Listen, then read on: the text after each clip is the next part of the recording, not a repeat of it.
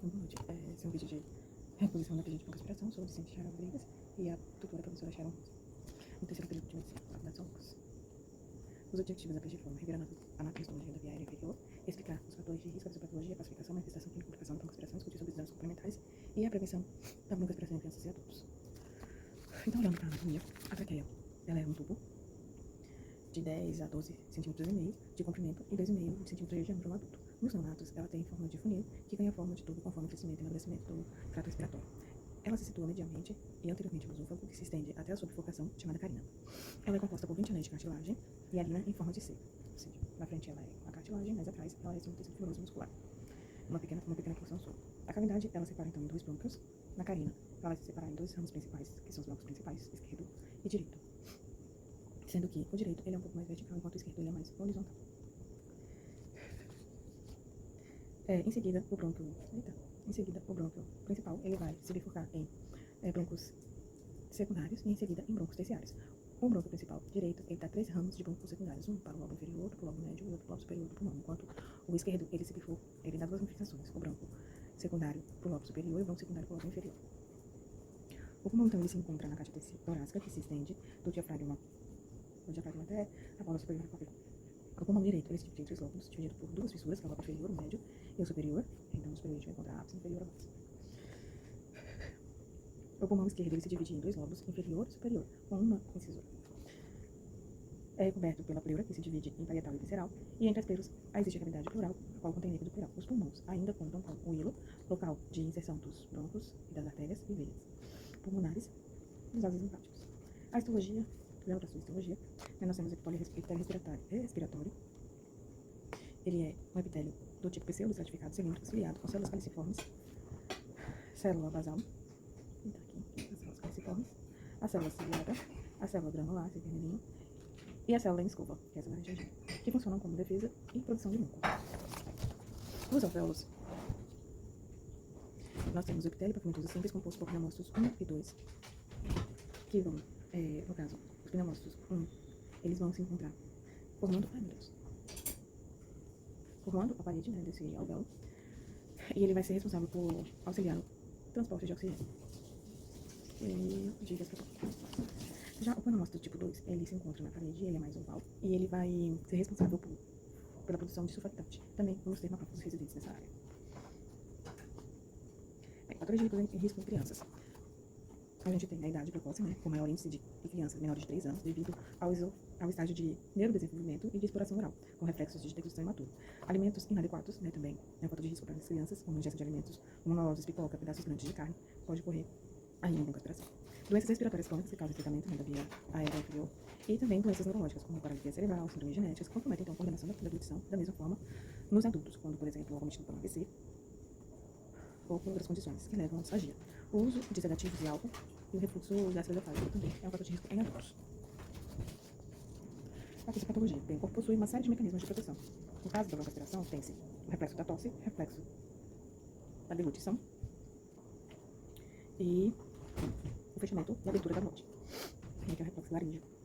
Quando esses mecanismos eles falham, ocorre então a broncoaspiração e, dependendo do objeto ou substância aspirado, o quadro clínico pode variar em gravidade. Dessa forma, o objeto aspirado pode resultar em uma obstrução parcial ou total. Então, dependendo do tamanho desse objeto, ele pode destruir só uma parte da via aérea ou toda ela, levando então ao quadro de hipoxemia e esforço respiratório. Em resposta ao corpo estranho, né, é desencadeada a resposta inflamatória que é iniciada pelas células epiteliais, que ao detectar o corpo estranho, ativam receptores de reconhecimento de padrões, como os receptores Toll-like, o que ativa os macrófagos residentes e inicia então a liberação de citocinas e quimiocinas como glutinão, tirosina 6 e o fator tumoral de necrose tumoral, que atrai neutrófilos e monócitos para o local. As células fagocíticas então iniciam a liberação de metaloproteinases e fagocíticas e elastase na tentativa de eliminar o agente causador da injúria, mas também promovem danos ao tecido pulmonar. Devido ao processo então, inflamatório, ocorrem alterações vasculares, promovendo o edema pulmonar com formação de exudato e acúmulo de líquido nos alvéolos. A inflamação ela ainda estimula a contração, né, dos músculos lisos brônquicos, levando então a broncoespasmo. Devido às ações deletérias mediadas pelas proteínas, os neutrófilos, as proteinases dos neutrófilos, ainda ocorre a produção exacerbada de muco, dessa forma evoluindo para complicações. Olhando para a classificação, então, nós temos a aguda, né, que pode ocorrer desde o período neonatal, onde ela também pode ser chamada como aspiração acidental, que ocorre quando substâncias ou alimentos entram abruptamente nas vias aéreas.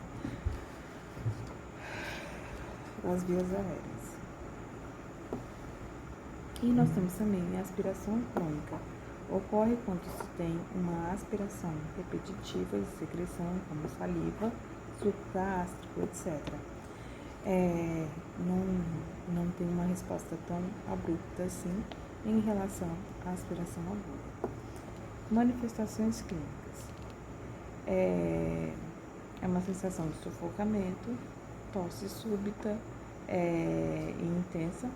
Existe a produção excessiva de muco, auscultos de sibilos, roncos e, em casos de infecção, pode haver febre. Há também o estridor laríngeo, a cianose, e nos neonatos pode ocorrer agitação ou choro. Dentro das complicações, nós temos a pneumonia aspirativa, a pneumonia química, vai ser devido à irritação do tecido pulmonar, fibrose pulmonar devido ao quadro de inflamação recorrente, pode acarretar atelectasia, dependendo do grau de obstrução dessa via aérea. Quando crianças, por exemplo,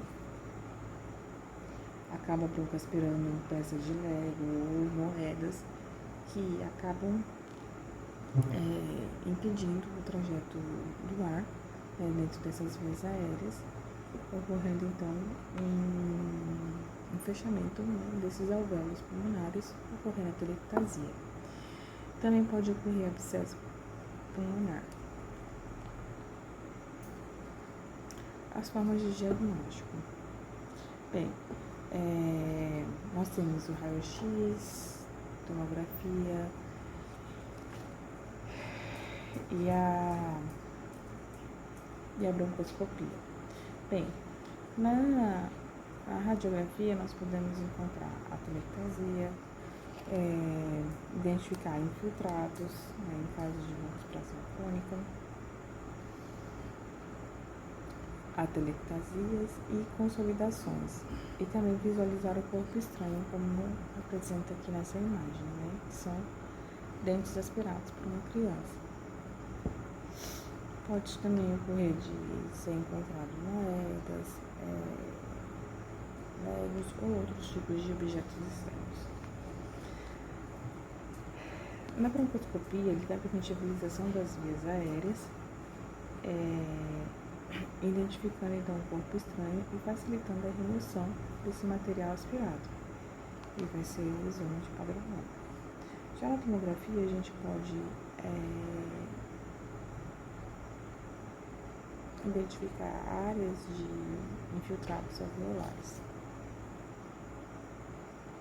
Ainda tem os exames laboratoriais, como a gasometria, que vai avaliar a estrutura gasosa, a cultura de secreção para identificar infecções bacterianas secundárias à broncoaspiração.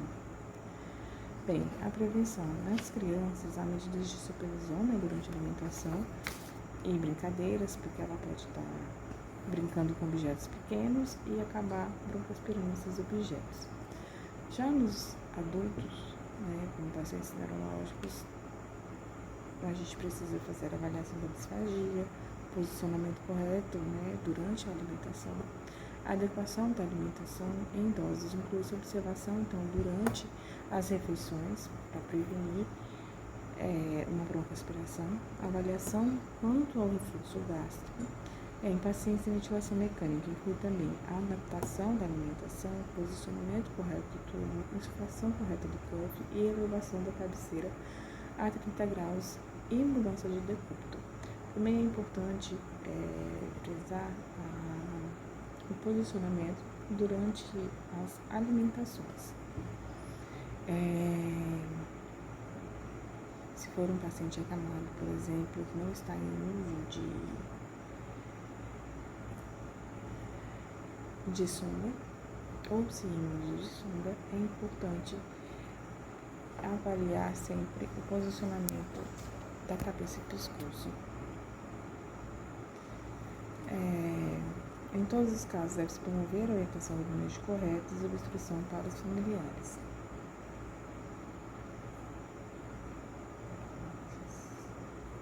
brilhar.